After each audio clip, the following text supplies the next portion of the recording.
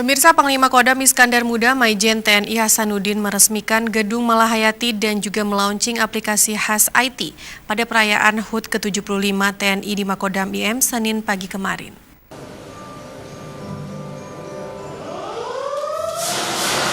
Peresmian gedung baru tersebut diberi nama Malahayati. Gedung serbaguna ini nantinya dipergunakan untuk menggelar aneka kegiatan internal Kodam IM. Untuk diketahui, nama Malahayati merupakan salah seorang perempuan pejuang Aceh yang telah dianugerahi sebagai pahlawan nasional. Dalam kesempatan tersebut, Pangdam IM Maijen TNI Hasanuddin mengatakan peluncuran aplikasi khas IT merupakan suatu aplikasi yang dikembangkan Kodam IM. Aplikasi ini bertujuan untuk membantu percepatan tugas di lapangan dan sebagai wujud transformasi digital TNI khususnya di Angkatan Darat. Saat acara ramah tamah HUT ke-75 TNI serta peresmian Gedung Malahayati dan aplikasi khas IT, Panglima Kodam Iskandar Muda mengucapkan terima kasih kepada semua pihak yang selama ini telah membantu dan mendukung TNI dalam menjalankan tugasnya.